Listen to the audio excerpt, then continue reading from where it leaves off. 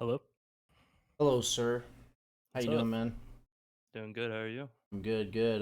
Looks like I have not coached you before, correct?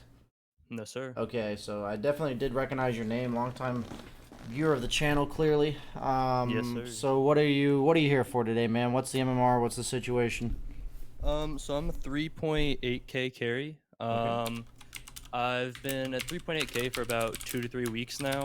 And I'm just trying to look to break the 4K mark.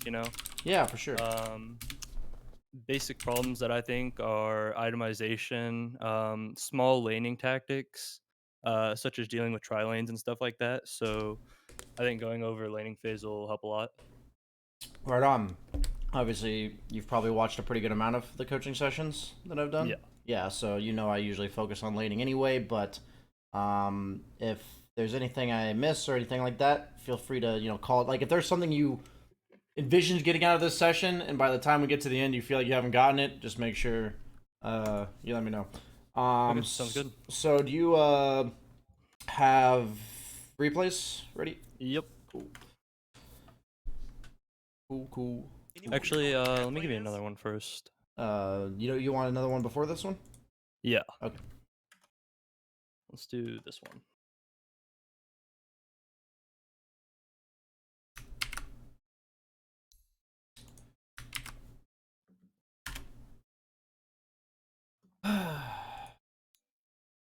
Okay. So you are the Jug. Looks like a stomp. So is this like pretty much only for laning stage? Yeah, pretty much. Okay. I just want to know what I can improve on because I feel like I did pretty well, but I just want to know if there's anything I could fix or Yeah. just tweak. Generally speaking, what happens in these types of stomps is there's things I can tell you to get. Are you seeing Dota, by the way? Yeah, Okay. So the things I like, there's a lot of things that people in any bracket, the lower you go, the more likely it is to happen. That they just make mistakes that don't get punished, so it's hard to know they're messing up. right. So in these types of games, for like the average viewer to understand as well as yourself, like a lot of the mistakes, if it's in a stomp like this, will just be mistakes that don't reveal themselves as mistakes simply because the opponent didn't punish you. Doesn't So capitalize on it, yeah, right? or like a lot of the mistakes other people make that they don't notice either are ones where they missed an opportunity, but like they don't die or anything, right? They just miss an opportunity. So that's the stuff I usually try to point out in wins, to make sure that when you are winning a game, you're making it pretty much as likely as possible to secure the victory. Right. Low risk plays, not giving the opponent more room than they should get, that kind of stuff. So fine with the items. It seems like Jugg's kind of fallen off as a carry this patch. From what I've seen in the tournaments, his win rate's been really low, but I think in pubs he's still probably fine. Right. That's what I was thinking. 'Cause I've been watching a lot of MBL and I haven't seen him much, but Yeah, I don't know wins which most of my I games. confuse which tournament's which, but one of the tournaments he was like 1-6 or something, some crazy Right. low win rate. Okay, so you're against like a tri-lane scenario. You have a lich. It's like you killed a bear, which is really good. No major comments so far. I actually like the boots a lot here because you have lich, and you're against the lone druid, who's really fast.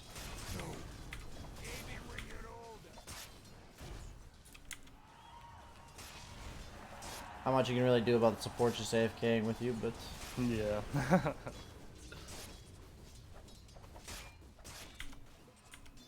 so this is something I like. I'm willing to take time for myself to try to figure out how do I coach this. How do I coach this? Like, I've actually wanted to coach this for a while.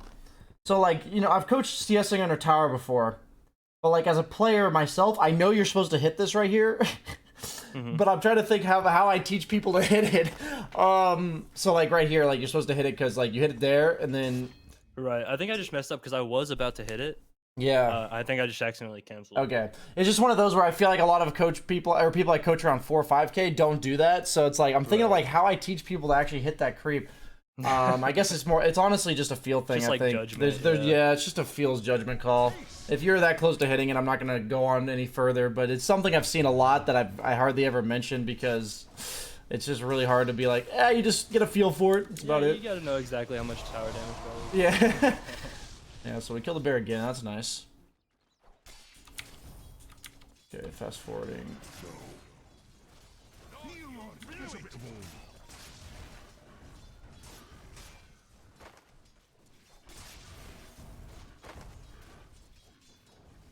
you're So a good. couple questions I have Yeah, go ahead. are mainly around laning against LD. This guy didn't seem as pressuring as a LD normally is. So what's like your tactics of normally going about laning against an LD? So generally speaking, like, it's pretty obvious, I think, if you've laid against LD before, how the hero works in terms of the fact that once he gets level 5, he's like a completely different hero. So like meaning before level 5, yeah, he's kind of good, meaning like he can poke you down with the bear and stuff. But after level 5, he's pretty much like a dead lane hero where like most heroes in the game can't even walk up because he'll start hitting you if you fight back and you get rooted. You might even just He'll just start die. snowballing. You'll Right. lose like 500 health or something. You just lose trades, right? Like the second he hits level 5. So this is a lane where you didn't get very good support and you're not like super high level because of your supports like doing what they're doing. And now you're Right. kind of getting left alone. I think everything up until this point, like that you've done is reasonable. So I'd say this is the point where I can already tell the lane's going to get a little weird. So, like, your Pudge left after soaking your XP for like a minute or two. Your Lich is now pulling because he doesn't feel like there's much he can do. You don't have detection for the bounty hunter. At least I didn't see any. Yeah, you don't have detection for a bounty hunter. So there's this guy harassing you that there's like nothing you can do about. Right. So we're just gonna look at ways to mitigate whatever is about to happen to you. So like when I'll talk about it as I go. I think until level 5, Lone Druid, you just try to do what you've done so far, where you use creep aggro to minimize the harass from his bear as well as his hero. Pretty much anything you do against like a normal ranged hero, and then once he hits level 5, we have to kind of like talk about our options Okay. when we get there. So your Lich pulled. Just waiting for him to get okay. So.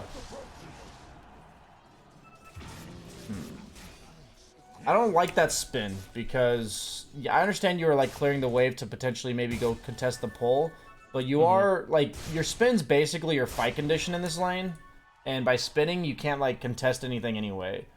So this is a spot where like I would just soak these creeps underneath my tower and not use the mana because the mana's pretty precious for you. You have no mango, you have no like stick or anything, and then like the only purpose I can see for spinning the wave is to contest or to be lazy, like meaning you get all the CS like outside of tower range. So either of those is like not a good enough reason to spin. So I always think to myself like what every ability in the lane offers, and in this lane like earlier on, you were spinning to kill the bear, and then I saw you playing pretty passive otherwise. And I would agree that if you have no spin, like if your spin's on cooldown, you should be like very passive in this lane, right? Because you just have no way of winning the trades against Bounty Hunter Lone Druid with the two heroes you have, unless you have spin plus Lich W. So in that case, like I think so far you've played that correctly, but like to understand how important your spin is, you would not use it like you did here. I think because like So you're my gonna thought process behind it okay. was that I was running low on health regen, and I didn't see much kill potential in killing the LD with how my supports were playing. They were playing pretty passive and just kind of sitting back.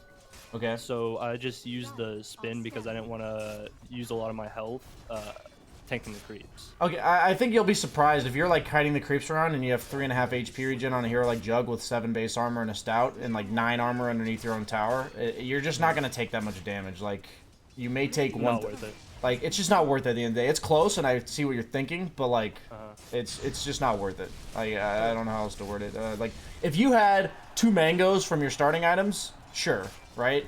It's all about like what your mana resources represents. you have. Yeah, exactly. Yeah. If you're thinking the same thing where you have no tangos and you have 2 mangoes, yeah, sure, think about it that way. But when you have 2 tangos and you're like a pretty decent HP regen hero and you're underneath your tower, so you're not like getting harassed by an LD or something, yeah, it's just definitely like a little judgment call. But overall, this lane's been kind of like, I don't think there's been any major mistakes I've seen. You used creep aggro when it was necessary. Like, you haven't really had opportunities to do much. Let me see here. Okay. Kept creep equilibrium overall pretty good, but when it was like a dual tri-lane scenario, you couldn't really do much about when it pushed. I mean, at this point, I'll watch for like 3 or 4 more minutes, but like, I don't see LD here. Usually when I see LD, what happens is like, if I'm this Jugg, so I will just tell you, I kind of expected him to contest you in lane, but he hasn't. So like, if I'm the Jugg, I pretty much turn it into a lane where it's like a standard carry lane where you're behind, say it's against like a hero like Doom who's level 6, LD's level 5. Like if you're against like an offlaner that has like a really powerful spike, that you just ask yourself who benefits if we're both just in the lane. Like that's a question I ask myself around the time that both laners are level 5ish, like sometime around there it starts happening. And like who benefits from the lane. Like if you're right here and the LD's right here and you're both level 6 and it's 1v1, who's stronger? Like that's what I ask myself. And so almost always at this point, almost always, there's one hero that's like pretty significantly stronger than the other. Clearly stronger. Yeah. Right. So like what that means is that the one person who's stronger, their job is to like control the lane.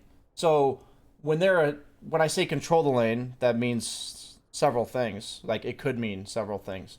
Controlling the lane means that you're controlling what's happening in the lane, okay? So like if you're stronger than them based on the fact that they can't walk up to you, but you can't really kill them, what should you do in the lane? Pressure tower or farm more. You should just static the lane. Because if you can't kill them, meaning you have no kill potential on them, and you push it into their tower, what's going to stop them from just dragging the creeps away from the tower? Right. Nothing. So I'm asking you if the situation is they can't walk up to you, but they can't kill you. Or sorry, but you can't kill them. Right. That's something so like a Lifestealer. That's like Lifestealer against like Doom or Pango or some shit. Like a hero where they can get away, or like Lifestealer can't kill them. But if they walk up to the Lifestealer, what's he going to do? He's just going to hit him 5 times, right? Like, and they're going to lose half their health. You see what I'm saying? Did I lose you? Hello?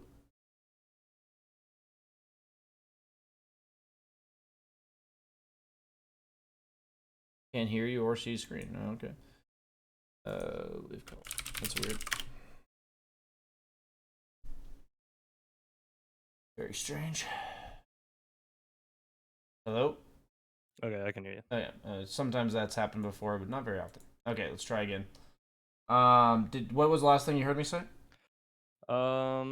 We were talking about Lifestealer against Doom. Okay, so I was saying like if you're Lifestealer against Doom or Pangolier, this is like painting the situation where I can't kill them if I'm Lifestealer, but I'm stronger than them, right? So like, what's gonna happen if they walk up to me while I'm in the creep wave? You just trade with them. I just hit them, right? Like I just hit them, and by the time we come out of the trade, I'm gonna win, right?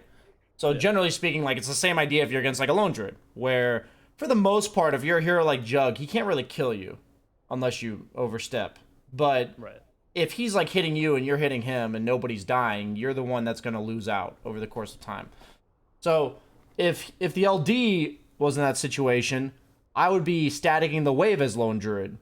But if Lone Druid suddenly gets a hero behind him, like the reason why I'd static the wave as Lone Druid against Jugg is because Jugg can actually kill you with help.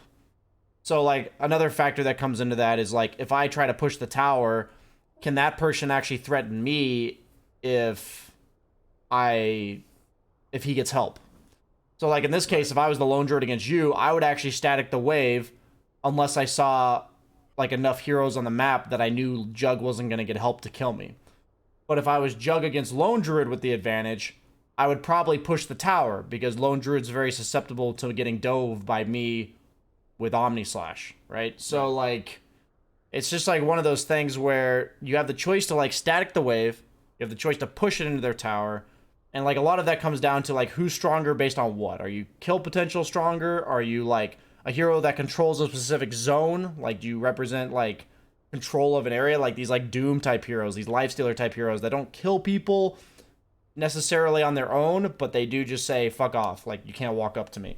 Those type of heroes. So it's all just a matter of what you want to do with that advantage. So when you're playing against that advantage, if I'm against a Lone Druid type hero, I'm just gonna rotate between lane and jungle, where anytime he leaves to go pick up a rune, or anytime he leaves to go jungle a camp, or anytime he pushes the lane into my tower, I'm on defense mode. Like, I'm not weak enough. Okay, so when you're weaker, you have the choice between saying, I'm not weak enough to even walk up to this guy. Can you think of like to even defend the tower against this guy? Can you think of like a matchup, not a matchup specifically, but maybe an offlaner that would be really scary to do against? Like every even defend Centaur maybe. Centaur, Beastmaster, Brewmaster, anything in common Timber. between these three heroes? They can just dive you under They towers. dive really hard, right? Like Beastmaster stuns you, Centaur gives his teammates the ability to close the gap on you, Brewmaster just ults and runs at you and like tanks the tower.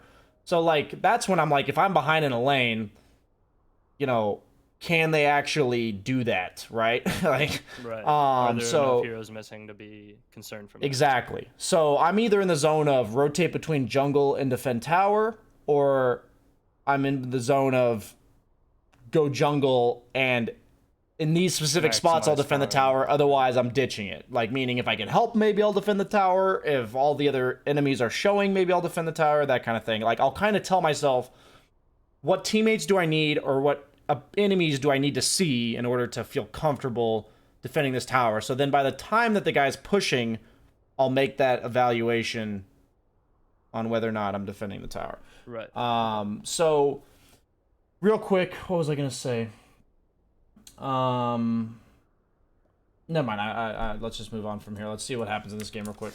So like in this current game, I would actually static the lane unless I had Lich with me. So Okay. So we see, let's see, we see Medusa, we see Storm. They have Tree, who's like decent kill potential on us. And the nice thing about Jugg is, okay, you went Phase Boots going into Diffusal. Okay, fine with that. Don't like the fact that you built the Robe of the Magi, but it's fine. The Robe of the Magi is like the one item you can buy from the side shop. That's why I don't like it. Right. Okay, so maybe that was just a misclick or something. So here's what I see with a lot of Juggs. Okay. So if you watch, this is actually something I see a lot of. So what have we said about this lane? What's the dynamic of this lane? Like between you and Lone Druid? Neither of us can really kill each other without help. Okay. And if the lane's just static, who wins? I do. Would you think if you're just trading with him, you win? Oh, no. The LD Okay. wins and So just trading. the type of lane that initiates trading is a static lane, right? Like if you're if I'm telling you if I'm playing this Lifestealer Doom type hero, if I win the trades, I'm just staticking the lane, right? Right. So if you don't win the trades, what should you not do? Static lane. Static the lane. So this is where, like, if you're not winning the trades, your goal is to spend as little time as possible in this lane as you can. So, or spend as little time in this lane as possible. Sorry, I just worded that better. So what I'm noticing, and I could rewind and show you all of it, but I'm pretty sure you've been, like, you'd see this and feel this. You should realize who pushes the lane better, by the way. LD. Really? Like, if you walk up and spin this wave, he's gonna Well, he outpush you? pushes the wave. I push the wave faster, but he does more damage to tower. Okay, sorry. So who pushes the wave better? Not the Jugg tower. does. Jugg does. Right. I don't benefit from trading as Jugg. So I don't want any trading. I only want chaos kills, right? Like, because he doesn't really kill me, but I kill him, right? So I don't want the lane to be static. I want this lane to be spun out, me farming the jungle camp while he's farming the lane. Does that make sense?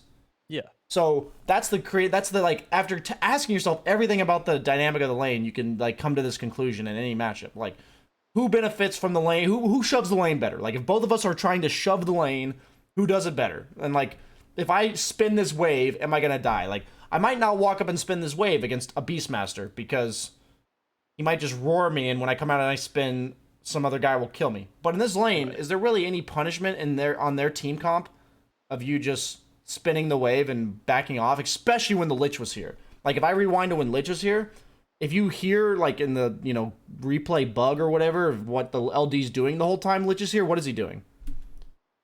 Lich is just sitting behind me. Lich is sitting behind you. What is LD doing? He was just hitting this neutral camp. Right. So, like, if Lich is behind you, you should feel no fear of this Lone Druid, right? Because Lone Druid's all physical damage. Lich has 60% this, damage reduction. right? So it's like, this is a spot where I would be shoving the wave with spin over and over again. Like, I would literally walk up, spin, scout what's going on, like, maybe catch this Lone Druid out of position, at least scare him away from this camp. So this is the point where, like, both heroes are strong enough to kind of lane on their own, And so the only thing that gives either of you extra farm is this, right? Mm-hmm. So it's kind of like, that's why I ask you who can shove the lane better. Because if he can shove the lane better than you, say he's just a hero like Beastmaster and you're behind, he's always going to shove the lane better than you. Then what Beastmaster does is he's going to push the lane, and then he's going to decide whether or not to push the tower, or he's going to decide to farm the camp. That's farm. Right? And so if you have that luxury to push the lane better than the other guy, you should give yourself that luxury, even if you don't win trades, right? It's even more important when you don't win trades. Because, like... Right. So you're not sitting there hitting creeps. Yeah, because if you're not sitting... Yeah, exactly. You want to minimize the amount of time that you're sitting there hitting creeps. So, I've just noticed that when a lot of the jugs I watch in these coaching sessions, it's happened before, they just never spin the creep wave in a sense of urgency to get out of the creep wave. Like, I don't want to be here anymore. Leave. Like, none of this stuff that's happening right here... Like, okay, another thing to consider. If you're against Axe, is Axe stronger within the creep wave or outside of the creep wave? Within the creep wave. Exactly. Is Jugg stronger outside of the creep wave or within the creep wave? Within the creep wave. Try again. Outside the creep wave. Why? Because of Omni Slash. Because of Omni Slash, right? So like Jugg's a much higher, like if I see a Jugg running at me and I've got 5 creeps next to me, I'm not scared of him. But if I see a Jugg running at me and I'm in the middle of nowhere, I'm scared of him, right? Like that's like that's what I mean, right? So but at the same opposite goes for Axe, right? So it's like the way I look at this is like all the fights I want to be taking as Jugg against these heroes, I need no enemy creeps around, right? Like, that's the best situation for me as a hero. So, like, that even promotes more so that I want to spin, and more so that I don't want these creeps to be here. I want everything to die as quickly as possible, right? So, that kind of just, like, yells volumes about the way Jugg needs to be played. Like, if you watch really high-level Jugg players, they, like, barely ever sit on top of the creep wave unless they're, like, level 5, the offlaner's level 4, and they're just controlling it. But once they have Omni Slash and they're strong enough to just push out the lane, they, like 99% of situations, they'll be just shoving the lane with spin. They'll spin the wave if they have to, meaning, like, if spinning is what makes them push the wave faster, that's what they will do. Okay. So. You have a ward. Tree's dead. Well, what are you scared of? Storm and Bounty Hunter. What are you scared of?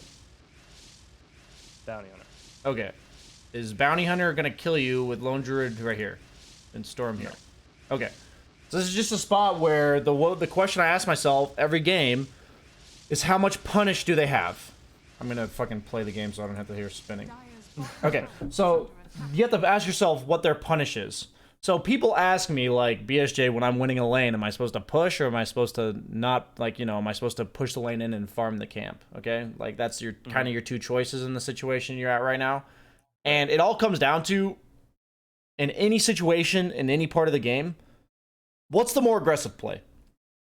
To hit the tower. Okay. Almost all portions of the game, if possible, you should make the aggressive play, okay? Meaning, like, what's the only reason I don't make the aggressive play? Is if there's too much punishment for me. Yeah, exactly. They're going to punish me for making that play. Because I'm going to die, I'm going to, like, get less out of the map, like, whatever.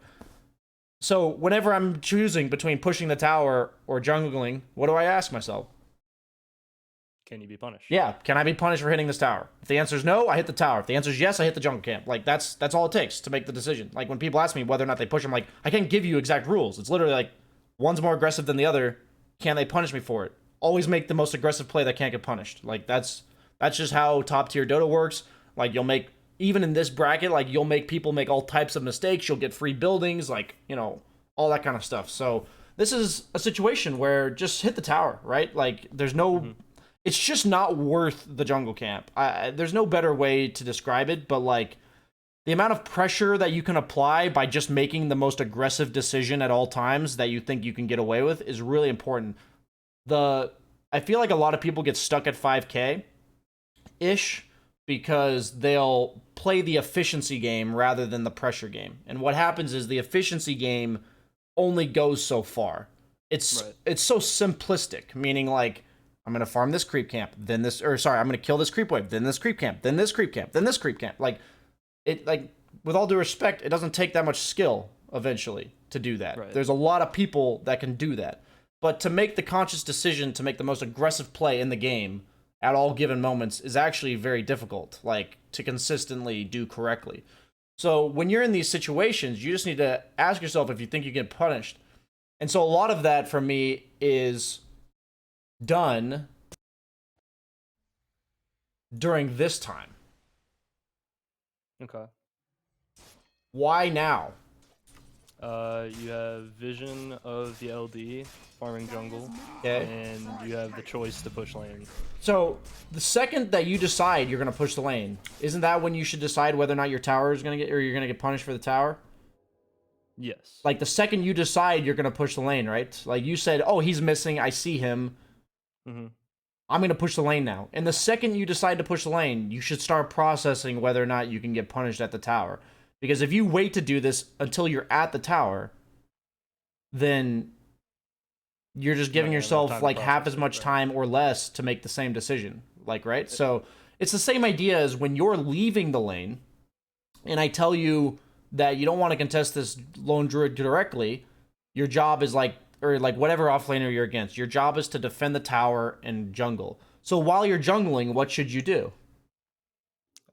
Be watching the lane. Watching the lane, right? Like, it doesn't instantly happen that your tower is getting pushed, right? You can literally watch the guy shoving the lane like you're doing now. Like, this lone druid, his camera perspective should be on you, because he should be having the same mindset that you're having. Correct? Like, that meaning, like, the same mindset that I told in this situation, where you're, like, defending the tower and you're jungling. Yeah, he's making his same decision. Yeah. So, the fact is, he should see this, which he obviously doesn't based on his reactions, and he should defend his own tower, right? Right. After you get to it. What's stopping him from putting the bear to intercept your creeps? Nothing. Like, what are you gonna do about it? Like, spin the bear? Like, okay. So, like, and I'm telling you, if you're, like, defending and you're capable of defending, there's no jungle camp that's worth the damage. There's just none. Meaning, like, this lone druid, I don't care if he's farming an ancient camp. It's not worth him losing half of his HP on his tower. If he can capably defend the tower, okay? The key word there being that he's capable of doing it, right? Like, in situations where you give up the tower and you see, like, a pro player, high-level player doing that, it's because they've deemed that they're not strong enough to like, actually do anything about it. But, like, this lone druid should be jungling until how long, right? Until you push the lane. But guess what? You're in 4K.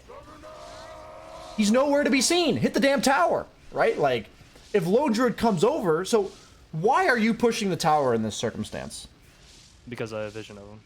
But, like, what was your original thought that, like, I'm going to push this late wave now?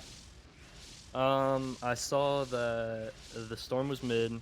Okay. And then I saw that LD wasn't in lane, so... Okay, so, but because LD is in lane, like, what does that mean? Like, why does that trigger you to push the lane?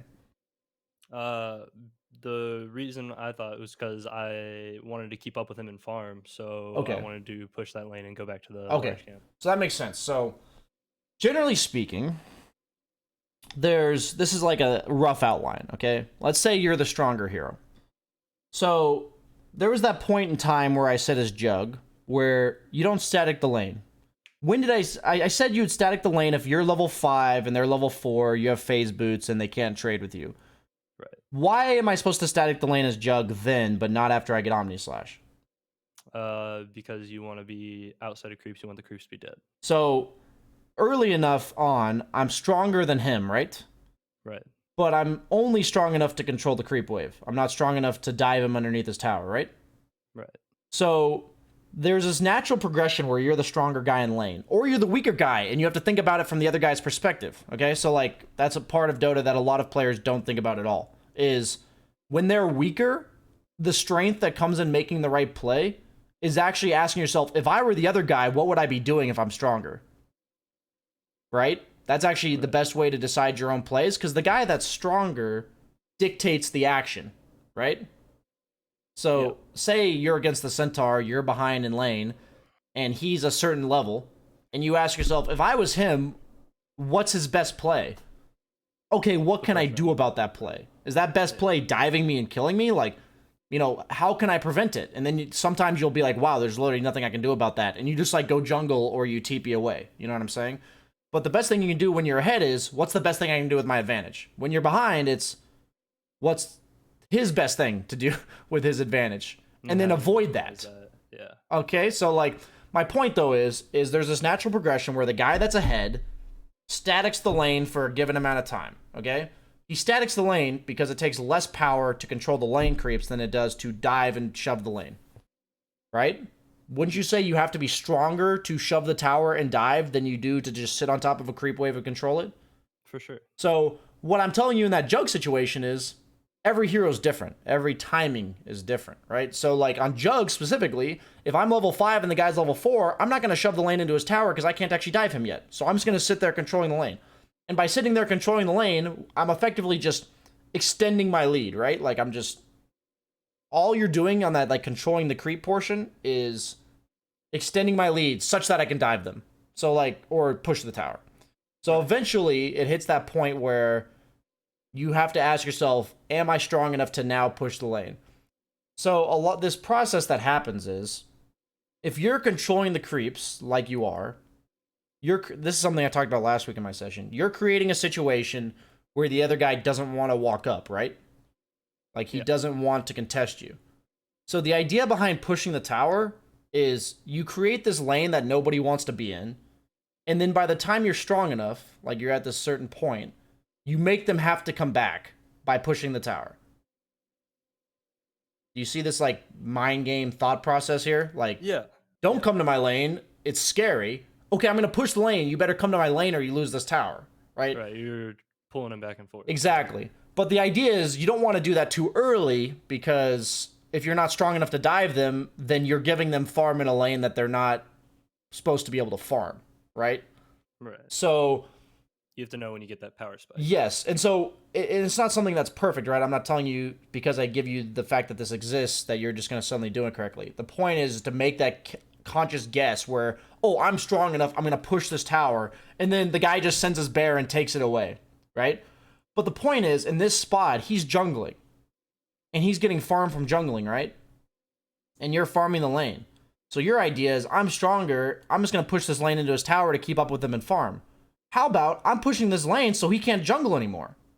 Because by pushing the lane, he has to come defend the lane. Outcome, yeah. Right? And you're getting damage on the tower. So what happens is, if I'm pushing the lane to stop him from jungling, and he's still jungling, what do? Just keep hitting the tower. You keep hitting the damn tower until he comes back, right? So it's like, in certain situations, you're just forcing them to come back. In other situations, you're actually forcing them into a dangerous spot where you can kill them, right? Like, there's different, like, varieties of how strong you are when you're pushing the tower, right? So the idea here is, I'm not arguing that you're strong enough to kill this guy, but I am arguing that he can't do anything to you, and, like, you're forcing him back to stop him from jungling and make him keep coming back. This is something that also benefits you when the offlaner is like a kill type hero, because you're just giving your teammates information. So, like, especially if the other guy can't kill you, because if he can't kill you but he kills other people, say it's a brew and you're a Jugg, he can't kill you, right? But he could walk mid and kill your mid laner, something like that. If you're hitting this tower until he comes back, worst case scenario is he's ganking mid and you're killing his tower. You see, but like otherwise he just comes back, and then your team now knows they're safe to, and you can even be like, Brew's not here, careful, guys. You know, it gives you a lot of information. His tower, where is he going to be? There's so many decisions, or so much information given to you, even without that ward, by just hitting this tower. And so there's some situations where if you don't see people, you have to back off preemptively just in case they're there. There's other situations that if you don't see them, as long as when you see them, you can just walk away. And that's all about understanding how they kill you. Like, how vulnerable am I to dying? In some heroes, like if you're, what's a good example? I'd say if you're like Troll Warlord against Batrider, that's like a really bad matchup. Right. Like when you're level 6 and he's level 6. That like, if I'm a Troll Warlord and I'm hitting their tower right here, say I'm like right here, and Batrider just walks from here, and a support TP's in front of my face, I'm just fucking dead. Yeah. I'm actually dead. Like, you know what I'm saying? So I can't walk up and hit that tower if I don't see Batrider. You know what I'm saying? Right, so because you're threatened. Yes, I'm threatened. So the whole point is, though, like, how much do I have to see to be able to hit this tower? And that's like a very difficult decision after I've now presented to you every Right. like thought of like how, like, why am I hitting the tower? Why won't I hit the tower? And so my thing is, guess whether or not you're supposed to hit the tower. If you're not And then quite assess sure, the outcome of it. yeah, if you're not quite sure, hit the damn tower and find out. Because, like, otherwise you'll never know. It's much easier to say, I was too aggressive there, than saying, I wonder what would happen if I had played a more aggressive, right? It's much easier to get punished than it is to, like, wonder what could have been. Like, it's a much quicker learning curve. You may, like, in the short term, like, lose some MMR or, like, throw some games. But it's super early. It's super important that you do it this early, because the same decisions come on later, but the amount of situations that kill you as the game goes on just goes up and up, right? It becomes much easier to kill any hero in the game as the game progresses. So that's like an example of where You just can't kill me. I just spin this wave because of exactly what just happened there. The minute he shows up, what happens? I just walk away. But, like, he bullies you away. Yeah. So what if he had showed up like a good player right now? Then you would shove me off with 2 creeps. Yes. So kill the damn creeps as fast as possible, right? Like, so when it's like, when you don't want to be against the guy, if he's a good player, he knows you don't want to be against him, right? So if he's a really good player, he wouldn't even let you get these creeps, okay? So the point is, whenever, like, so, like, the windows of opportunity against good players are the same, they're just shorter. Meaning that, like, the matchups go the same way, but the advantages and the disadvantages are just capitalized on much better. So what I mean by disadvantages are capitalized on much better. If I'm the lone druid player, if I'm against a really good Jugg player, if I leave the lane for 2 seconds, he will spin it and kill it instantly, okay? Because he knows I can bully him, and he knows he doesn't want to be around me. So if I give him 1 or 2 seconds of breathing room, he will kill the wave and get out, okay? So that's what I mean by disadvantages will be capitalized on as well at the higher brackets. So, like, at the higher brackets, the lone druid shouldn't even give the space to the Jugg. But if the lone druid gives a second of space, the Jugg will capitalize on it. On the other hand, like, it just goes both ways, as you're seeing. So this is a situation where I emphasized it earlier, and it still applies. And it's something that happens in almost every lane dynamic. Like, see what happens here? Like, wouldn't you have rather just spun the wave and walked away rather than had that happen? And I wouldn't even walk up to this. This is trash. Did we not mention this? You're against this guy. You can't trade with him, right? You cannot trade with him. This is the exact situation we're avoiding. What situation should you be in right now?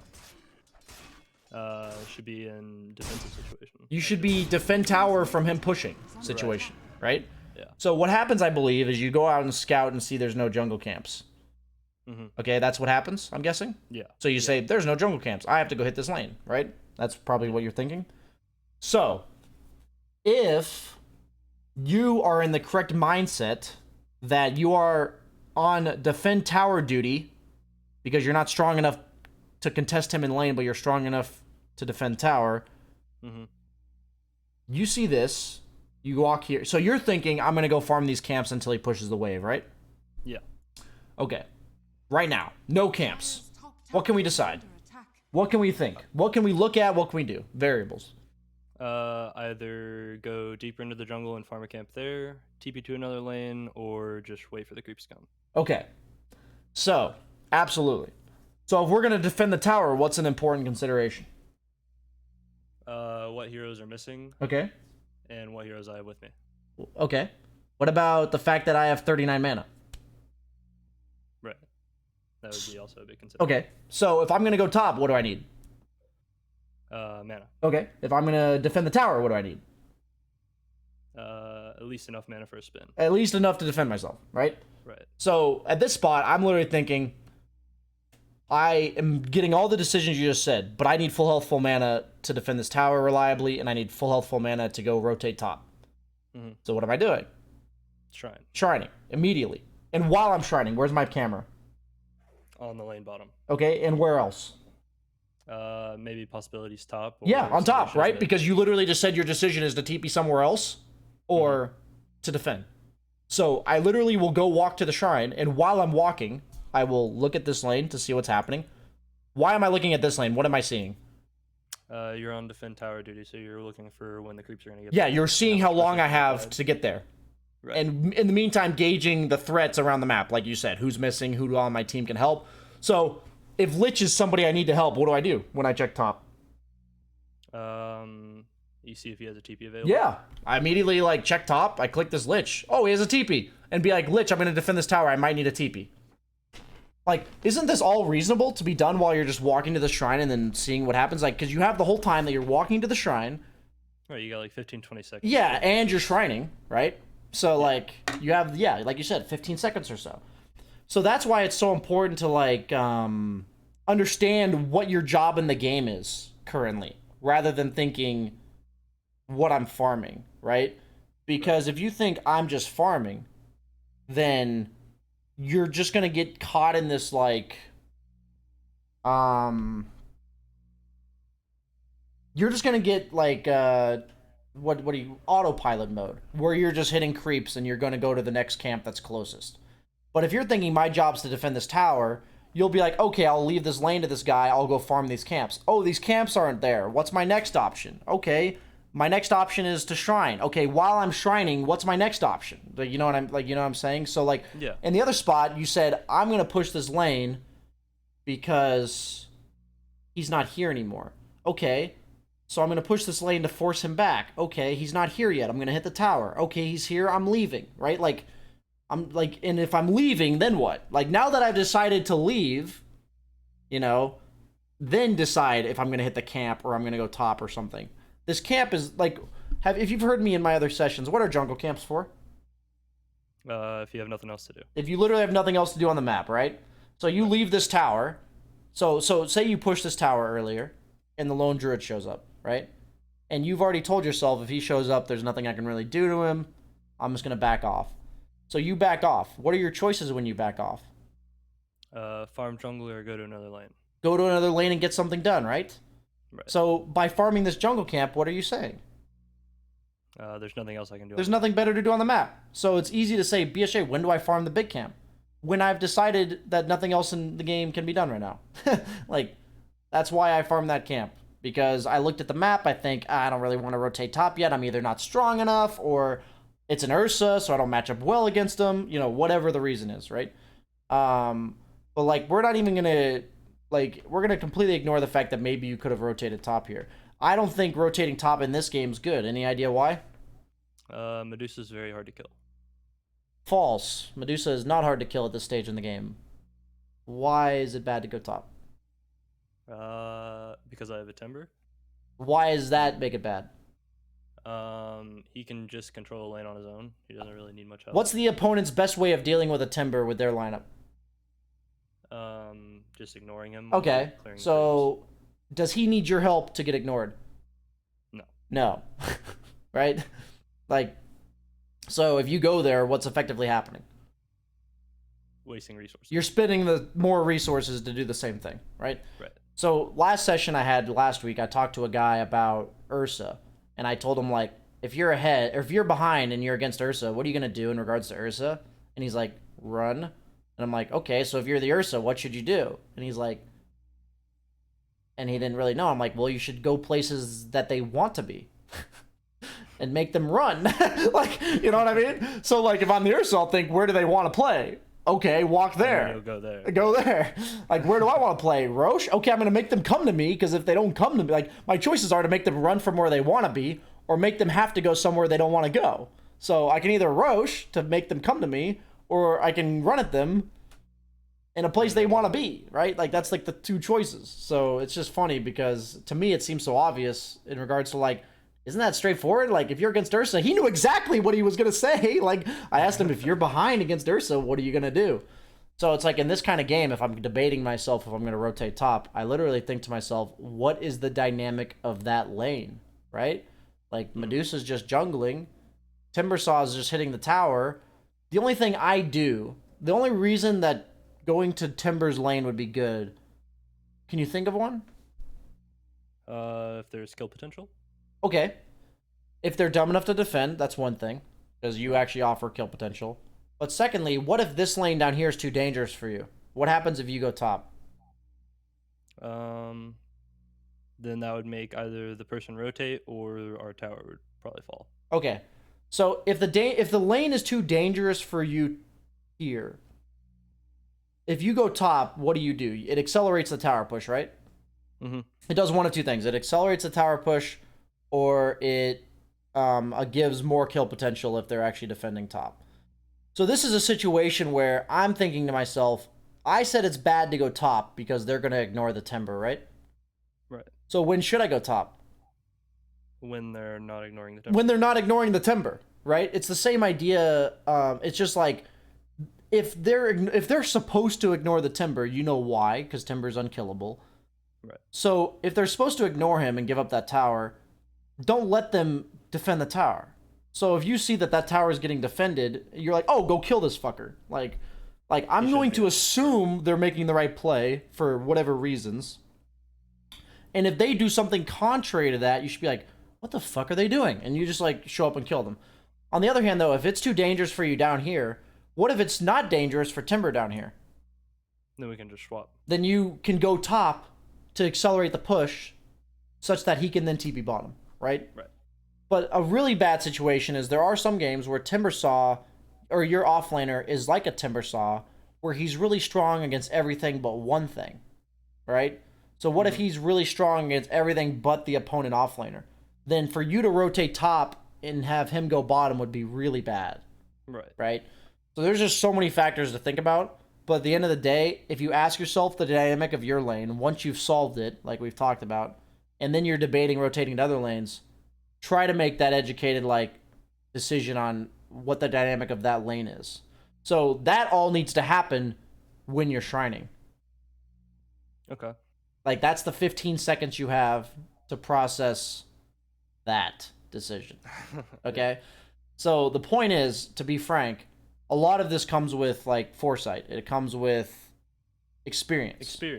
Right? So it's like you're able to have foresight because you've experienced the good or bad. You've tried it before. You've tried it, right? Exactly. And I still mess up, right? The goal is to make your decision correct a certain percent of the time, like as much of a percent of the time. So I'm just telling you what decision needs to be made by the time you get to this shrine, okay? I'm expecting you to forget factors. I'm expecting you to not have enough experience to know certain matchups. I'm expecting you to not make the right judgment call, even if you think about all the things you're supposed to, okay? The point is, you make this judgment call, and then one way or the other, ask yourself if it paid off. And then when you're in a similar situation again. These situations overlap on every hero, by the way. Like, if you really think about it in a grand scheme of it, like, it overlaps. It's just a matter of what factors matter for each hero. Like, thinking about threats is much more important when you're a drow than it is when you're a Jugg, right? Like, there's just way more things that threaten you. Exactly. So it's like, just certain factors matter way more to certain heroes than others. And so the goal is to eventually have every factor be thought of. And what you'll realize is it becomes much faster because, honestly, if there's 100 factors, only 15 of them actually apply to that hero. Like, I'm just giving, arbitrary values. But, like, the idea is that you can kind of just immediately write off in the back of your mind most of the factors because they don't actually apply. Things I don't have to worry about. Yes, they're things that don't matter. A lot of Dota, in terms of coming to the right conclusion, is actually just sifting through the bullshit that doesn't matter in that specific situation. To know about all the possible factors and then sift through the bullshit that doesn't matter. That's, like, honestly, a lot of the proper decision. And we said, right, we want to avoid this lone druid. We don't want to walk up and stack the lane against him. And this is a situation we should be able to avoid at all times, like this exact situation. Because what happens if we're not good at trading with the guy? If he gets a little bit of help, we die. That's like the natural. You see how that leads to that, right? In any matchup. Yes. Because like if it's one of those where you don't threaten him, so he's not going to be afraid of you. If he plays aggressive on you, what are the possibilities? Either he can kill me or I run away. Yes. And so usually the killing comes with whether or not he has help, right? Yeah. If you play aggressive on him in that circumstance, what's he thinking? He either has help or I just run. The lone druid's saying he must have help or he's an idiot. Yeah. Right? Yeah. So isn't it much more telegraphed what you're doing in that situation than what he's doing?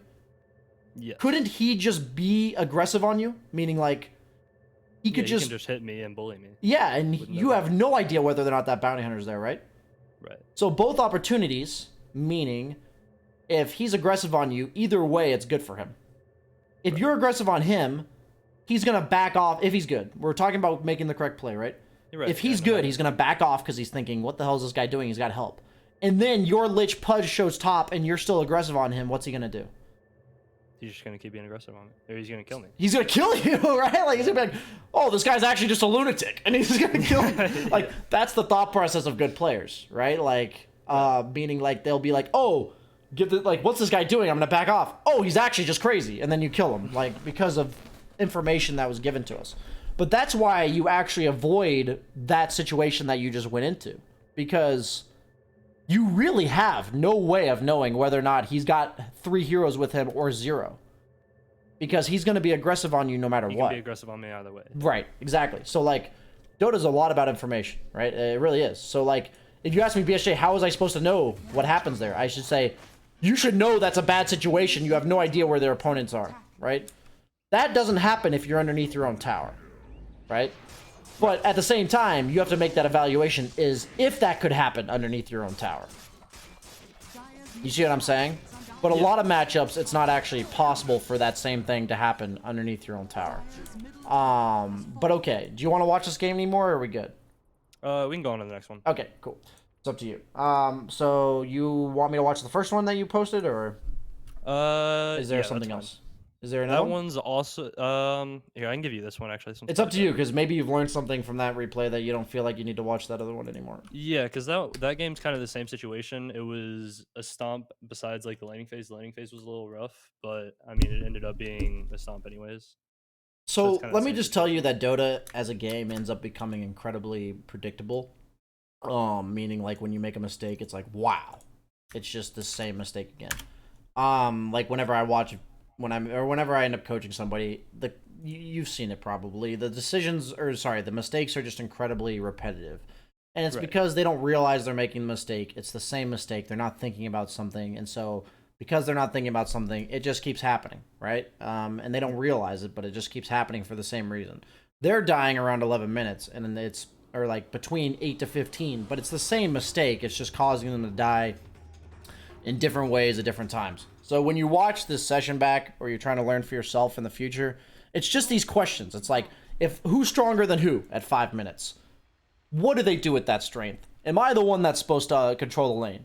If I'm supposed to control the lane, am I supposed to push it, or am I supposed to static it based on what we talked about? If he's supposed to push, if he's in control of the lane, what's he supposed to do? When he does that, am I able to defend?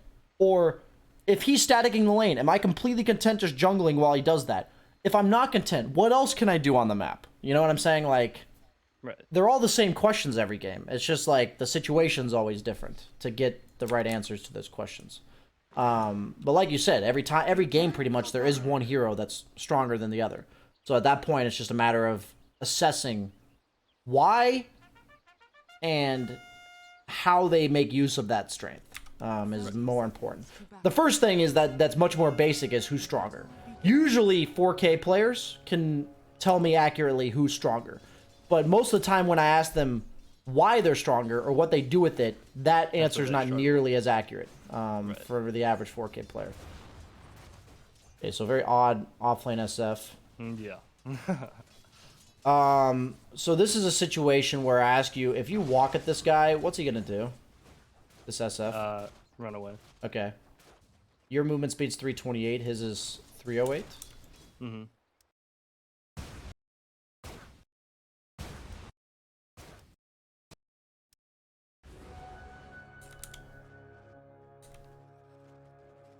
Is SF really strong or really weak level 1? Really weak. So after you finish this range creep, simply because above all you should be getting creeps, right? Mm-hmm. What should you do here? Just walk at him. Okay. That seems really that doesn't seem very complicated. So in your own mind, you have to ask yourself, like, not to be a smartass, why are you not walking at this guy? Right. Like, Can you give me an answer? Do you just not think about the lane this way? Is it something you're not used to being aggressive? What's the idea? I just don't think I was thinking about it. I wasn't thinking about the fact that I had more move speed than him or Okay. anything like that. So this is something that like people like say BSJ your guides or general like your general guides, can they really help me if I'm like 4 or 5k? The fact is, the higher MMR you are, the more you know, right? But if you're 4k, there's still like 20 to 30% of the game that you still don't know or you still never considered. These are things that I talk about in every session and every video, like going into a lane. I don't need you to know exact movement speeds, okay? I don't need you to, like, I'm a very numbers oriented guy, like, that's just how I am. So, like, I can tell you almost every Dota hero's movement speed within 5. Like, almost every hero in the game, okay? So, like, that's just how I operate, though. That's not like a bragging thing. I just think everything numbers, okay? Right. But the idea is, it's still important that you know who's faster. And relatively speaking, if their armor is high or low, okay? Like, you should know, like, if I ask you, does Necro have high or low base armor? Low. It's like less than 5, right? Yeah. Like, that's what I would say is low. It's less than 5. So it's like, you don't need to know that it's 2 or 3 or 4. Like, you don't need to know exact, right? But, like, if you know, like, is Centaur, if you're Lifestealer against Centaur, is Centaur's armor high or low? I'm not sure. It's very low. It's like 0.9 or 1, okay? So, like, it seems minuscule, but why is that important as Lifestealer? You're all physical damage. Your feast is literally physical damage, right? So it's like, it's something that's very important to actually know in that matchup. So, like, if you're thinking about matchups, for instance, Lifestealer against Centaur used to be an incredibly good matchup because Lifestealer does all physical damage. And what was Lifestealer's only weakness prior to this patch? His move speed.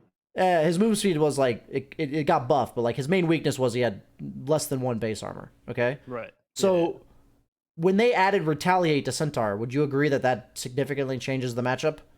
Yeah. Because previously Centaur did no physical damage, right? So he didn't threaten Lifestealer at all. So like if you knew this matchup was both heroes have 1 base armor, but like this is what it previously was, they gave Lifestealer 2 base armor this patch, okay? But like, or the initial patch. And if you knew the reason why Lifestealer crushed Centaur is because Lifestealer, they both had 1 base armor, but Centaur has no physical damage, and Lifestealer has a lot of physical damage, suddenly you realize why one hero beats the other, right? But suddenly, the Lifestealer versus Centaur matchup really isn't that great anymore, because he just pops Retaliate and fucking wails on you for like 200 damage, and you're like, oh, it's really not that great of a matchup anymore. So it's like one of those things where if you understand base armors, base movement speeds, like to some extent, you can actually think about why certain matchups are good. It's like Jugg's matchups against melee heroes that are slower than him are very good, but Jugg's matchups against melee heroes that are faster than him aren't that great because like they'll just run away from you while you spin, right? So like an example of people asking like what's good against Jugg, heroes like Legion and shit are good against Jugg because she just, like, if you spin on her, she's just going to overwhelming odds and run away. And the minute spins down, she's going to hit you and get counterattacked, right? Like, it's just like, these matchups are swayed heavily by understanding base armor and base movement speed, okay? Yeah, that was actually going to be a question I was going to ask you about, was the importance of, like, knowing the general numbers for nukes, armor, movement speed. So, in general with nukes, I would say I didn't start, like, studying exact nuke numbers until very recently, like maybe last year or so. It's basically, that's one of those things where if the other guy knows it and you don't, he'll be at an advantage. But he just has more information. It's not necessarily nearly as important. But this is a lane where you're literally going to win or lose based on what you do level 1. Do you know why? Because he's insanely weak level 1. And he's insanely strong level 1. And he gets insanely stronger with level 2 and 3, right? Right. So like this is a lane where you will get ultra punished for not thinking about this stuff. So the thing is, right, there's a ton of factors in the game of Dota 2, right? Certain games, those factors, if you don't think about them, aren't going to punish you, right? This game in particular, this is why I'm bringing up base movement speeds and base armors, because there's nothing in the world of information if you have all of the information that should stop you from walking at this guy, right? Like there's like this guy, every time he hits a creep, should have you in his face hitting him twice, and then you're gonna hit him another time because you're 20 movement speed faster than him. And what's the only thing that's gonna stop you from hitting him? Decrep maybe. Let's ignore the enemy heroes because we are strong.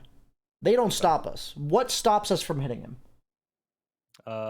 If I have creeps. You have to go get some creeps, right? Right. So your level of aggression is completely dependent on when enemy creeps are dying. Like you're literally gonna walk at this guy every time a creep's not dying. That's what I'm telling you. What should be happening in this lane. And this lane's gonna look really bad if you don't do that level 1, right? We've already talked about that for numerous reasons because it's just any matchup in the game.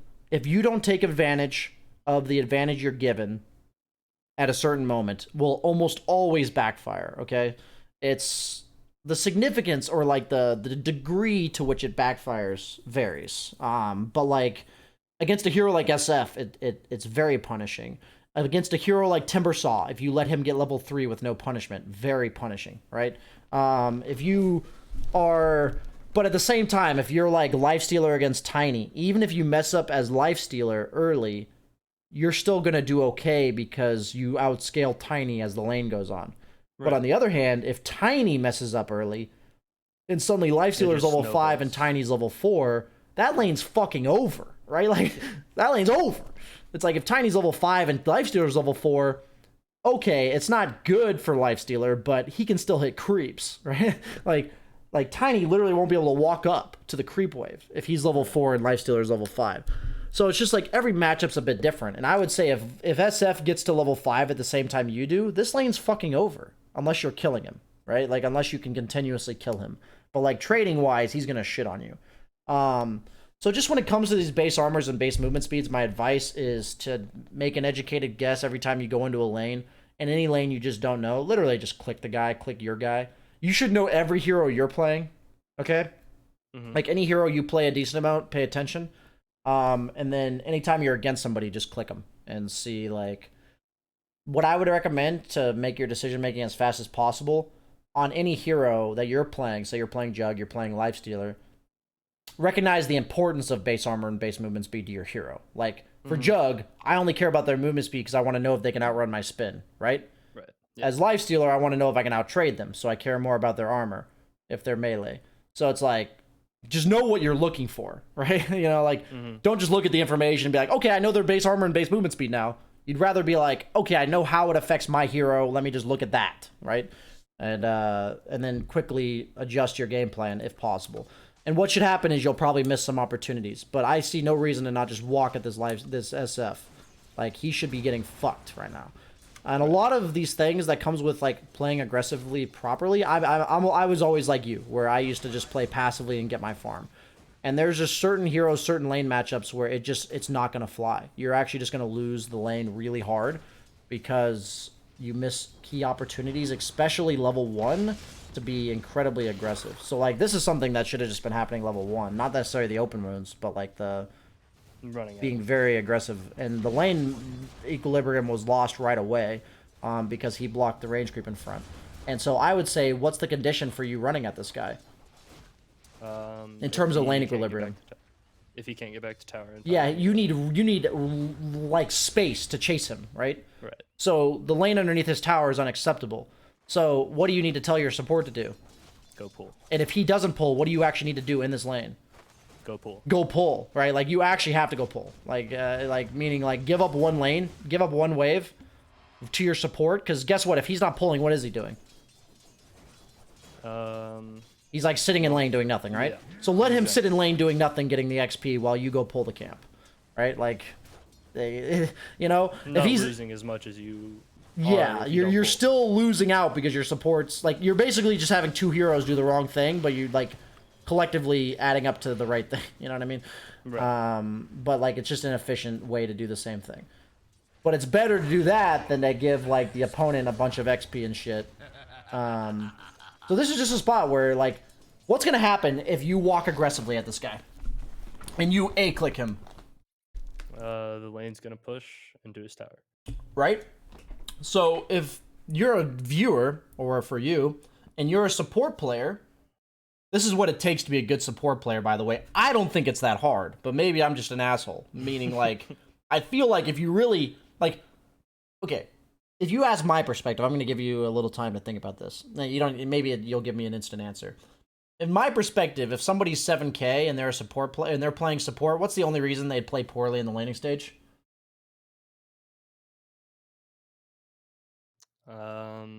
They're 7K and they're a carry player.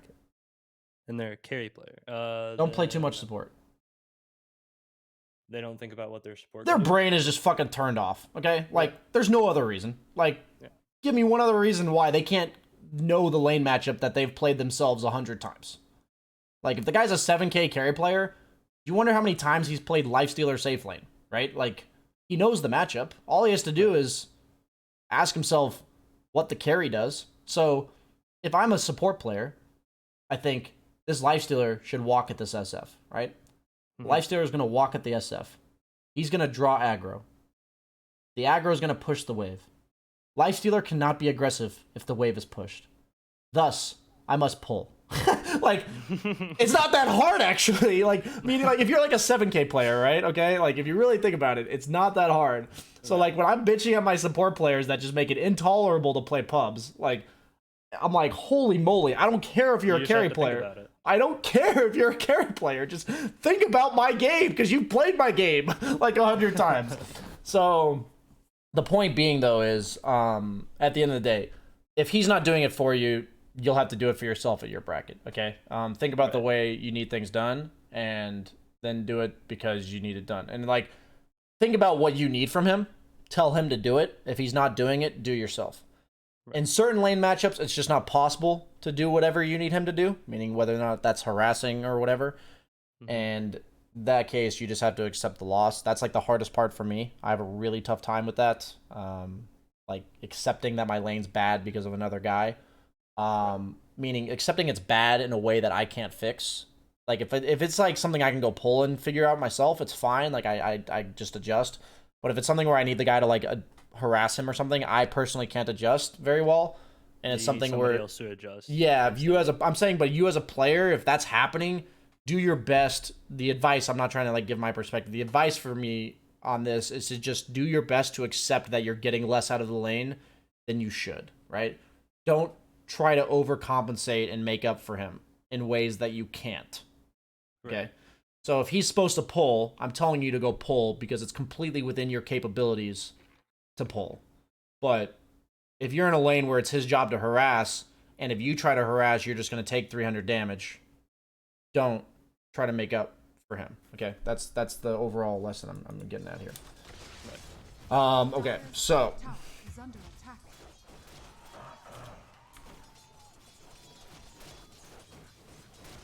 So what players like this Lion think in their mind is, most of the time, my Lifestealer is stronger than this SF, I'm going to be aggressive on the SF. They don't think about the other stuff, right?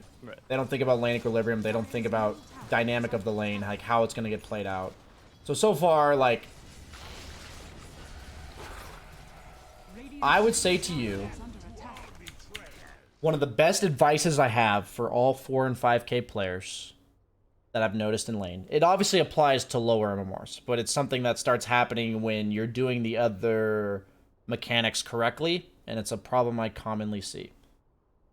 One of the most common questions you need to ask yourself in the first 10 minutes of the game, it applies later sometimes, but mainly in the laning stage as well as, like, the mid game, is what happens if I walk at this guy? What I see a lot is overall passivity. So if you watch me play Ursa or Lifestealer, these heroes, this is a skill I think I'm very good at for reasons that I play a lot of heroes that require this skill, okay? So if I'm a Lifestealer or an Ursa, remember how we talked about with Lone Druid that if he plays aggressive on you, what do you know about what he's doing? Really nothing, right? Right. So if you ask yourself in a game as Lifestealer or Ursa, these types of heroes, if you walk at this guy and there's nothing he can do about it, imagine how much shit he's shitting in his pants every time you walk at him. Yeah. right? 'Cause he You has could no idea have what's 2 happening. supports ganking for you. You Yeah. could have nobody, right? But he's literally going to live on edge for the entire laning stage because you're just walking at him every time, right? And the goal is to do that while not missing creeps, right? But Right. the idea is, in this time right here, I just see this. I'm going to rewind. I'm just walking at this guy right now. You see, like, why aren't you walking at him? Like, why aren't you already on top of him? It's like, what happens is, if you know he can't do anything about it, and you walk at him, especially with phase boots, and you hit him twice, what are 2 options he's going to have? Well, he walked up to raise, right? Mm-hmm. Usually what happens in these types of lanes is the guy's going to walk up and try to nuke the creep wave. Like, meaning if it's a Pangolier, if it's a SF, if it's a Legion, they're going to walk up and try to nuke the wave, right? Yeah. So, if they don't immediately respond to you walking up to them, what are you going to do? Just hit him. Hit them. And if they take even longer to respond, which is quite possible, why? Because they're focusing on hitting creeps, right? Mm-hmm. So, if they take even longer to respond, what might happen? You kill him. They kill him. And if they immediately respond to you walking at them, what's going to happen? You just get free creeps. They're going to walk back, right? Not take any damage, but you're going to get creeps. So, like, all of those situations, do we have any problem with any of that? Nope. And what's the outcome dependent upon? What the enemy does. And it's based on how much they mess up, right? Right. So all we're doing is creating a situation where if they mess up, they die, or they lose health, or they miss a creep, or we get free farm, right? Right. We get the better trade. So the idea is, at my bracket, do you think the players play perfectly? Do you think I play perfectly? No. No. So all the goal as a skilled player in Dota is to create as many situations of forced error as possible, right? So something that I don't see in your bracket, and what I'm saying is about this, like, asking yourself to walk at the guy, is I see this, what I would call, like, an on-off switch aggression, okay? Like, it's either all out, expend my abilities to kill this guy, like you're doing here, or sit on top of the creep wave and hit creeps. That's, like, the 2 options. It's kind of the same when you were against the LD, like, the sense of urgency to, like, push out the lane, like, that's like a very autopilot where you're just going from one creep to the other, meaning when you're farming. Like, you're farming wave, now you're farming camp, now you're farming wave. And it's like, how about thinking, I don't want to be in this wave, I'm going to kill it as soon as possible. Or, I want to be here, I'm going to push this tile. Like, thinking about why you're doing what you're doing. So, the goal here, though, is it's such a simple question. What happens if I walk at this guy? It applies at level 1, it applies at level 5, it applies at level 8. Like, what happens if I walk at this guy? What happens if it's 15 minutes in the game, you're farming the top half of the map, and there's a guy farming that lane? What's the first question you should ask yourself? Can I defend the tower? No, sorry. You're on Radiant. You're farming up here. You've killed this tower. Okay. Okay?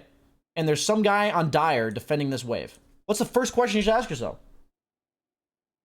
Can I walk at him? Yeah, what happens if I walk at this guy? But at that point in the game, it's much more complicated because who on their team's missing? How much turnaround potential does he have with his teammates TPing in?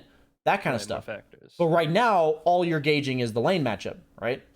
Mm-hmm. So I can tell you, though, when it comes to aggression, like split pushing and bullying people, it's something that 6K players are terrible at. Like, if you eventually solve the problem of answering the question, what happens if I walk at this guy, you'll play more aggressive than most 6K players. I'm not even trolling. Like, it's something where they don't ask themselves that. Like, when the guy's pushing, if you can walk at a guy, why wouldn't you? What's he like? If you ask yourself, if I can walk at this guy and there's no countermeasures that he can take, what's going to happen to him every single time?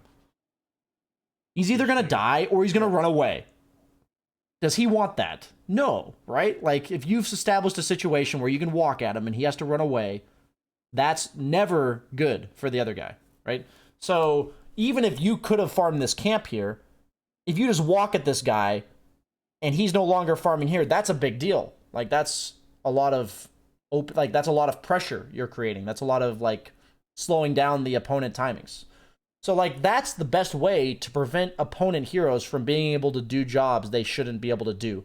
To lane heroes where they shouldn't be allowed to lane. Like, Offlane fucking SF, free win, please. Thank you. Like, what the fuck is this guy doing? I'm gonna walk at him level 1, right? Like, you know, so that's just an example of like an amazing question that I have to believe, based on what I'm talking to you about, will be pretty eye-opening for you in your games, where how often you'll start walking at people. Because as long as you realize what you're doing it for, meaning like in the laning stage, what's the main backfiring that you can imagine other than dying that you walk at a guy for? You miss creep. Maybe. You miss creeps, exactly. Yeah. So what's going to happen initially when you're walking at people? You're gonna mess up the creep. You're going to miss some creeps, okay? You're going to mess up the creep wave here and there. So guess what? You're going to walk at some people, you're going to miss some creeps, and you're going to mess up the equilibrium in ways you didn't want to. So then what? Then you learn how to fix that. Then you realize why it happened, and you're going to fix it. And eventually, you'll walk at the guy without doing that, okay? So, like, the whole idea, though, is in the short term, these types of things are going to fuck you up a little bit, right? Because you're going to walk at them, you're going to miss, like, 7 or 8 extra creeps, or you're going to ruin the creep wave equilibrium, right? And so that's why all these players had to figure out when to pull and, like, when to do this shit, because they realize what happens in these spots, and they know, like, how to fix their own problems, right? So, like, and the only way you can fix your own problems is by having to deal with the problems in the first place. So, okay, so now you're in a spot where the lane's a little rougher than it should be in terms of your missing health and mana. Against SF, I would definitely have raindrops. Okay. Because his only counterplay to you being aggressive is what? Try to kill you. Or try to fight back, try right? try to make better trades. And he's going to fight back with what? His nukes. His nukes, right? So, what's the only way he wins trades against you? Is if he gets his raises off on me. Okay, and so, like, is he ever going to out-trade you, though? Sorry. No. So, what's the only way he's going to be able to out-trade you? Can you think of it? Maybe if he has high stacks on, what's the skill called? Necromancer? I'd say the more accurate description is I'm scared of dying to him. Yeah. Because if I'm scared of dying to him, how does that affect the trades? You don't walk at him as much. You don't walk at him, right? Yeah. So if I've realized the way I win trades is by walking at him, then the only way I lose trades is by not walking at him. So what do my items need to allow me to do? Walk at him. Walk at him, right? So, like, these are problems you start facing, okay? So then when you're playing these matchups and you say, before you get nuked down to 450 health, you're knowing this is what I have to do. I'm going to walk at this guy. This is what he's going to do when I walk at him. The only way I can't walk at him is if I'm missing half of my health. So then at 5 minutes in the game, you're going to fly yourself some tangos and a raindrop, right? Right. Because his only way of stopping you is that. And then guess what? He's never stopping you. Okay? So, like, that's, like, the beautiful way to think about lane matchups, especially when it comes down to walking at people. Because usually, if you ask yourself in these types of lanes, the only way you're actually going to win the lane is by properly walking at the guy. This is on Ursa, Lifestealer, sometimes Slark, Anti-Mage level 1, that kind of stuff, okay? Like, these types of heroes, that's one of the most important questions in the entire laning stage. And so, I literally learned that about Anti-Mage. Like, I learned on Anti-Mage, if you can't walk at the guy level 1, it's usually a terrible lane matchup. Right. Because if I haven't established dominance by level 1, by the time we're both level 5, I'm getting pushed out of my lane by almost every hero in the game. So, that's why Anti-Mage was so popular last patch with, like, Lich Grimstroke. Because you put...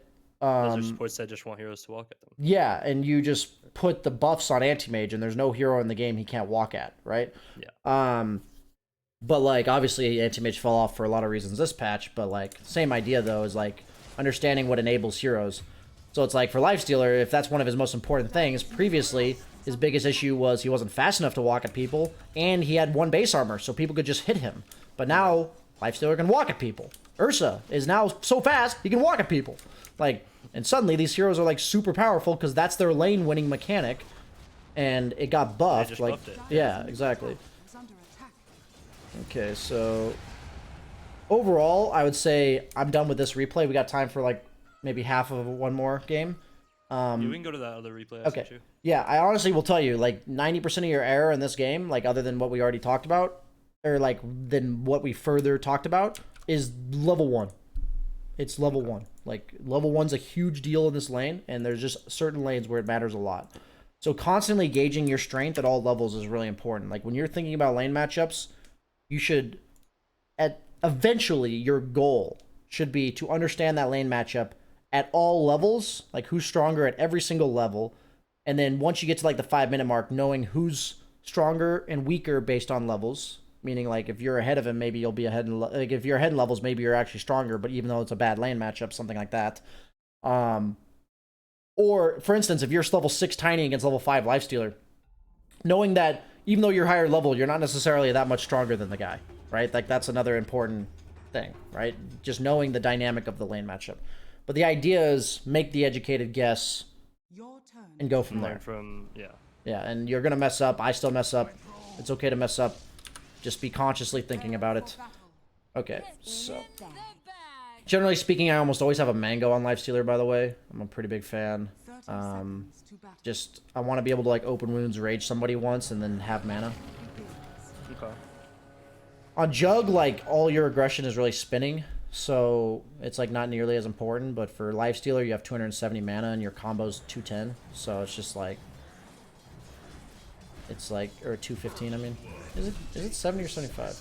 Yeah, it's 75. I feel like I should know that, but I questioned myself. Okay. So you actually... Did you fly yourself that wand recipe? Yes. Okay, that was odd. I would never do that, by the way. Because the second I saw that Shadow Demon was in the lane, I thought he would just start spamming his E, so I sent out the extra Iron Branch in the wand recipe. Yeah, that's just a no-no. Compensation. That's just a no-no. Like, absolutely buy a stick, but don't take the courier from your mid. That's just not allowed. Okay. Like, I guess a good practice to get into is, unless you're absolutely desperate because you fucked up. It's only going to be because you fucked up, by the way. Never use the courier in the first 4 minutes.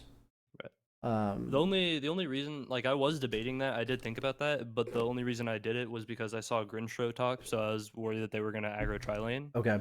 So I sent that out just in case. I understand. You know, to have some extra region. So I'm telling you that the wand is obviously better than the stick, but right. It's just not a luxury you have.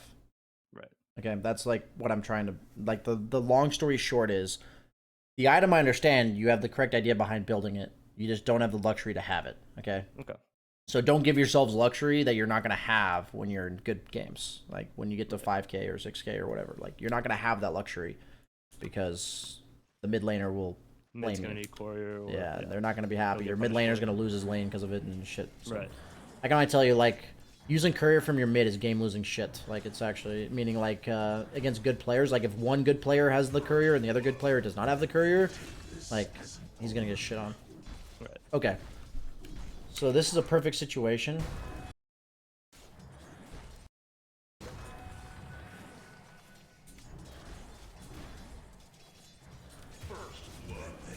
What's this guy gonna do if you walk at him? Nothing. Right? Because SD's over here. Mm-hmm. This guy has fissure, right? That's the only thing he can do is fissure. You have enough health regen to deal with fissure spam, right? For sure. Is the amount of damage he does to you with a fissure worth the mana cost it takes him for the amount of health he takes away from you? Absolutely not. Absolutely not. So if he doesn't fissure you, does this go well? Yeah. Because while you're tanking creeps, you're going to be feasting off him, right? Mm-hmm. Why is it so important level 1 as opposed to like level 2 or 3? Because then he gets his other abilities, which makes him stronger. Yeah, because when you go on him, he can just enchant totem you on level 3 with the stun and then hit you, and then the trade's suddenly pretty decent for him, right? Right. So, what happens if I walk at him right here? Why is it beneficial at this current moment to walk at him? Because he's weaker. But like at this specific moment when he's weaker. Like he only has fissure, so you get the better trade. Okay, so like he is weaker, and we know why he's weaker. But at this specific moment, other factors included, why is it important? Because SD's not there. SD's not there. And what about creeps? The creep equilibrium is in... Let's ignore the equilibrium. What about creeps? No, there's no creeps dying. There's creeps dying on his part, on your side. Right. Yeah. So what's he want to do? Off the wave. He wants to sit there and hit he wants to sit there. So his 2 choices when you walk at him, or 3 choices, are to fissure you and get the creeps, potentially.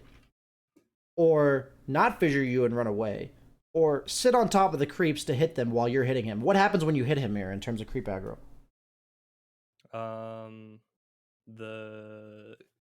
His creeps stop hitting my creeps, so they won't die. Okay, so if he chooses to sit on top of the creeps waiting for them to die, what happens? He just takes a shitload. He's not. They're not dying. Yeah. It's actually a very like something I learned, very high skill level thing. Like this is a very basic version of it. Okay, but like people purposely draw creep aggro off of heroes or off of creeps that are like this low, because they know the other guy's going to go for it. Yeah, and then the creep doesn't die. The guy has to hit it like 3 times, and then by that point he's 200 health. Right. So this is just another microaggression where it's like, what's he gonna do? Nothing. And then, like, instead you try to contest him. No. If you outtrade him, no. Okay? If you outtrade somebody, never do that. Literally, their choice will be to eat 4 auto attacks or back off. Right. Do not contest them for the deny. Like, that is, this is when you outtrade them, okay? Like, being very clear. If you don't outtrade them and you do that, you're just gonna get fucking wailed on. So what may end up happening is you may think, I can outtrade this guy, and then suddenly you take 400 damage, and you're like, oh. Whoops. That happens to me sometimes. Never doing that again. Yeah, but hey, that's the only way to learn, right? That out, right? Like, yeah, so I want this to be in your mind here about this whole concept of when to walk at them. Okay.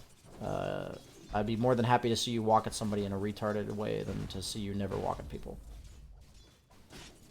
So yeah, now this lane just looks awkward. Like just notice how like he's able to trade with you decently now because he's got Enchant Totem. So like level 1, imagine if you're level 2.5 by the time he hits level 2, and then suddenly you're level 3 when he's level 2. So even though he has these like quote unquote power spikes against you, you're just ahead of him by that point, right? That's the goal. I would never go open wounds against this matchup because I win the trades. I don't really kill them because my supports are relatively weak, and they have SD. Okay. I would go rage against SD because you just if he stacks you 3 times, you just rage it off, right? Like, the actual poison impact damage is like very little, but the multiplication or like the multiplying is a lot, right? So, for if you don't know, it's actually like it doubles. Right. So the multiplying is like exponential. So. Like those 3 stacks will do 80 damage to you instead of 20. So it's just like, yeah, you're gonna rage off effectively 80 damage, which with a Crystal Maiden and like a stick, you're more than happy to do. Because when you have a stick, what's the point of stick, right? It gives you mana and health. So when you comes to regen, what do you need to do? You need to be able to use the mana. You need to like balance your health and mana usage, right? So because you're getting both of them back. So in this case, you're using mana to preserve health. And level 3, I'd have a 1 in each. So I would have gone 2, 1, 3. Or like level 1, level 2, level 3. Okay. And that all seems reasonable, right? Like, doesn't seem like rocket science to come to that conclusion? No. The reason why we end up having to level open wounds at level 3 is because we took rage at level 2, we don't want to be like a useless kill potential potato. Meaning, you know, we still want to be able to kill them. See, notice how the trades aren't so good anymore, right? And that's why it was so important that we did that earlier. Okay. Yeah, you're seeing it now. Yeah, definitely. It's definitely backfiring. And if you had a point in rage, every time he does that, you could actually just rage and hit him twice and back off. Right. By the way. Yeah, this lane's all of a sudden ugly. He's level 3, you're level 4, but look at it. Look at the way he's playing. He's actually playing it really well. Now you're fighting back because this thing's down. I would have raged that. Because you have 20 stick charges. You're not using rage nearly enough. Your health mana balance is very poor for having 20 stick charges. I think you're seeing it, right? Yeah. You have 20 stick charges. You're going to use them for health anyway. Fight with your mana. Use your mana. If he's using abilities and you're not, you're going to lose trades in any matchup. What I noticed in really high tier Dota, compared to what I understood about Dota, in a while, like meaning like it took me a while to notice this, is how often both players fight down to no resources. Like, they actually expend everything to fight each other. That's something that I started noticing about really, really high-level Dota. I'm talking Tier 1 Dota. Like, so often there's guys that are just at 200 health each, and they're just fighting each other still. I'm like, what the fuck? They're not scared? And when you really realize that they're making good decisions, but it's like, their willingness to their willingness to expend everything, right? Yeah. And it's like, if you're the deal is basically if one guy's expending resources and you're not, you're gonna lose. Like, that's just how it is. You have to fight back. Right. So So that guy was actually pretty doing a pretty good job of being aggressive on you. And you're just a standard carry player around your bracket. I did the same thing for a long time, even probably higher than your bracket. I did this, where you just play too passively, and all you want is to hit some creeps, right? Like, I just want to hit some creeps. I'm just farming, and we don't really think about like the aggression allows us to get more creeps over time because the guy we're playing against who's stopping us from getting creeps. Like, if you ask the average 4K player the #1 thing that stops you or slows down your farm, they'll say like whatever items you go or some shit like that. The #1 thing that stops you from farming is the fucking opponents, okay? Like, you just make them weaker and you will farm faster. Like, that's just how it is. So when it comes to, like, accelerating your own farm, the primary concern should be winning the matchup against the other guy. Like, making him have a weaker start. I'd walk up and infest this. You're scared, I think. Next rage, I'd walk up and infest a creep. Maybe you're gonna infest it. That's what I was going to infest the jungle camp. I was getting the XP and then I was going to do it. You do not infest this jungle creep. Very important that you infest here. So I didn't think it was worth it to infest there, simply because the big creep wasn't there. That's you infest for you are infesting for health, so right. That creep has enough health to give you full. I guess you learned that mechanic. I'm guessing you learned the mechanic there. Yeah. You don't get health from infesting your own creeps. Yep. I don't know why that exists, but it's been like that forever, so. Only had to learn that lesson once. Don't worry, I had to learn it too. I definitely didn't make the mistake anymore this game. Radiant's bottom tower is under attack. Radiant's bottom tower is under attack. I would not be laning against this guy anymore, by the way. He should kill you. Right, because he has Echo. Why is he not killing you? What the fuck? He literally kills you there. That's very strange. You should have died there. I hope you understand you should die there. Yeah, I should have. Now he goes for it? What? Oh, he's a nice guy. He basically gives you a get out of jail free card here. He's died to you? Yeah. So is this not the same thing as the Lone Druid, by the way? Who's in control of the lane at this point, right? He is. He is. So what lane? What mode are you in, right? You're in jungle and then defend the tower. Yeah. And you're completely willing to expend any and all resources to defend tower. What could that include? Going and jungling and waiting for the creep wave to push I'm in. saying resources of yours. What does that include? Rage. Infesting the creeps to kill his wave? Like, cutting his wave if he's at your tower? Like, you can go cut his wave on the next one? So, like, what is his threat on you? When does he threaten you? Whenever he has Echo Slam. And the situation surrounding that? What? I don't have rage and he has help. Okay, think about the dynamic of the rest of the game. Ignore your two heroes. When you're inside of a creep wave. So yeah. what do you have to avoid? Being inside of a creep wave. Next to him. So all you have to do is avoid being inside of a creep wave next to him. When he's So you can rage and infest a wave in front of him. Can you walk up to a wave in front of him and infest it? No. No. Can you cut the wave if he's right here and you're right here? Sure. Yeah. What do you do if he walks at you? You just walk away. You just walk this way with the creeps. Yeah. Right? Like, all you have to do is not be right next to him. Does anyone on his team really threaten you? Like, No, not what really. happens if two people TP in and stop you from, or like to stop you from cutting this creep wave? Rage TP. Where do you TP? Shrine. What shrine? Bottom shrine. Bottom, right? Because they all just came top to stop you. Yeah, I'll just went top. So now you just TP bottom, right? The point is, though, like, all you have to think is who's at the advantage, what creates that advantage, avoid that situation. Almost always, if you are at a disadvantage, please, for the love of God, do not occupy the creep wave in a normal manner against the guy. We saw it in the Jugg against Lone Druid game, right? Right. We saw it here. The guy should have just killed you, but he didn't. He was a nice guy. The point is, though, it's a very, like, these mistakes will be reoccurring, right? So be very conscious, probably past, I'd say when both heroes are level 5 or 6, okay? Sometimes the power spikes are always different, but a lot of times it's around level 6s. Who controls the wave and why? And then if you're the other guy, if you're the guy that's actually controlling the wave, actually fucking control it, right? Like if you're the Lifestealer in that situation, walk at the guy, you know? Keep walking at the guy, you know? Lifestealer doesn't apply a ton of pressure. So Lifestealer's natural progression is get ahead in lane, make a lane the other guy can't walk up to. By the time you're like level 9, push the wave and dive him with like phase Midas. Right? Like, that's the idea. So, like Lifestealer is not a hero that gets level 6, establishes the advantage, and immediately starts pushing the tower. Because as opposed to Jugg, what's the difference between Lifestealer and Jugg? Jugg can push the wave a lot faster. Jugg pushes the wave a lot faster, and he does a lot more damage to the tower. Do you know why Jugg does more damage to the tower? BSJ, Lifestealer has higher physical damage, or higher base damage, and neither of their passives work on towers. Why does Jugg do more damage? Any idea? Because he can push the wave faster. Well, he does push the wave faster, but why does, when he's actually hitting the tower, why does he do more damage? No idea. You know what their base attack times are? Jugg's is way faster. Oops. Base attack time, Lifestealer. 1.9. I think it's 1.85, but unless they change that. Like, they never updated the patch, but it should be 1.85. Jugg's? 1.4. That's like 30% difference, okay?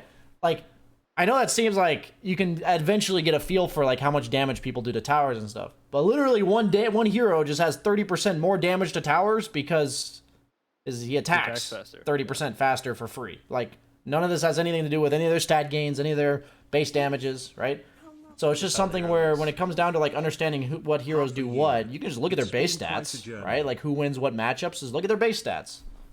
These types of things matter a lot. So, if eventually your conclusion should just be this hero doesn't push towers, but my point that I'm trying to make with that point is that every hero, you can literally look on paper and see that they do damage to towers or not. Like, you know, like it's pretty clear the heroes that deal damage to towers, why they end up dealing damage to towers.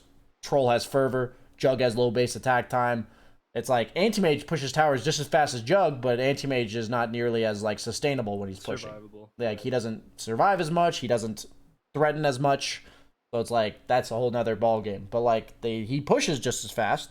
But it's like same thing with if you're looking at a hero like Ursa, right? Like his only way of doing damage is Fury swipes, and that doesn't work on towers. That's pretty fucking clear. He has normal base attack time, low agi gain, pretty straightforward that he doesn't push towers. But the point is, I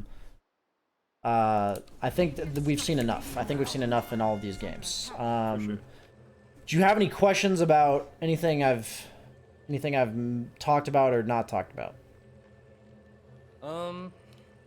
No, I think we've pretty much covered all of it because most of my questions that I had were based around what we talked about. So cool, right on, man. Thanks for signing up. I appreciate the support on the channel, dude, and best of luck. I really appreciate the session. Thanks, man. Have a good one. You too.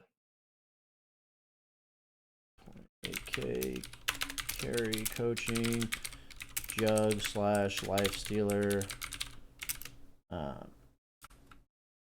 assessing lane matchups and what to do when behind.